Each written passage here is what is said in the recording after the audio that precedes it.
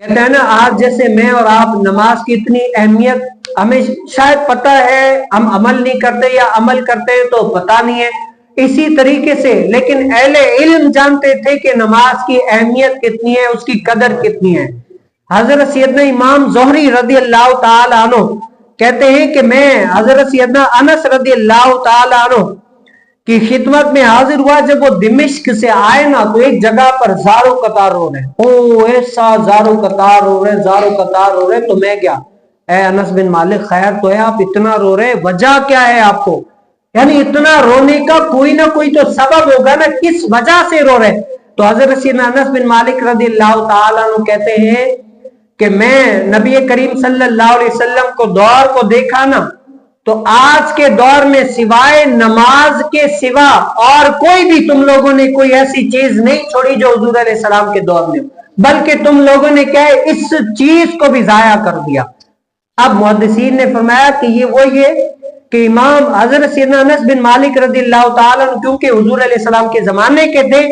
حضور علیہ السلام کے زمانے میں جب اذان ہو جاتی تھی نا، اذان ہوتی تو صحابہ کرام اللہ اکبر کی صدائیں سنتے، وہ کام جیسے مثال کے طور پر علماء دیتے، وہ اینٹیں رکھنے، گھر بنانے والے اینٹیں رکھ رہے ہوتے، اللہ اوپر آیا وہیں پر اینٹ چھوڑی، وہیں پر کام چھوڑا، دوڑے آذان کی طرف اور وضو کر کے نماز کی طرف آ گئے۔ الغرض مسجد کے اندر ایسا تو دیکھنے والا منظر ہوتا تھا دور رسالت میں، سارے لوگ وضو خانے پہ وضو کرتے،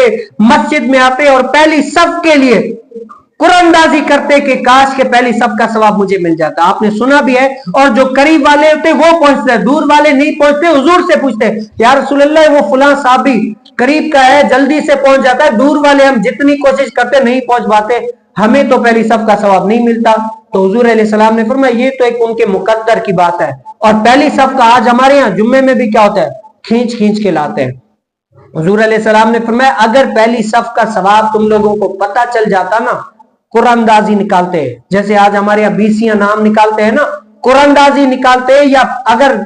ثواب کا پتہ چل جائے تیر چلاتے ایک دوسرے لڑتے کہ آج میں کھڑا ہوں گا۔ اتنا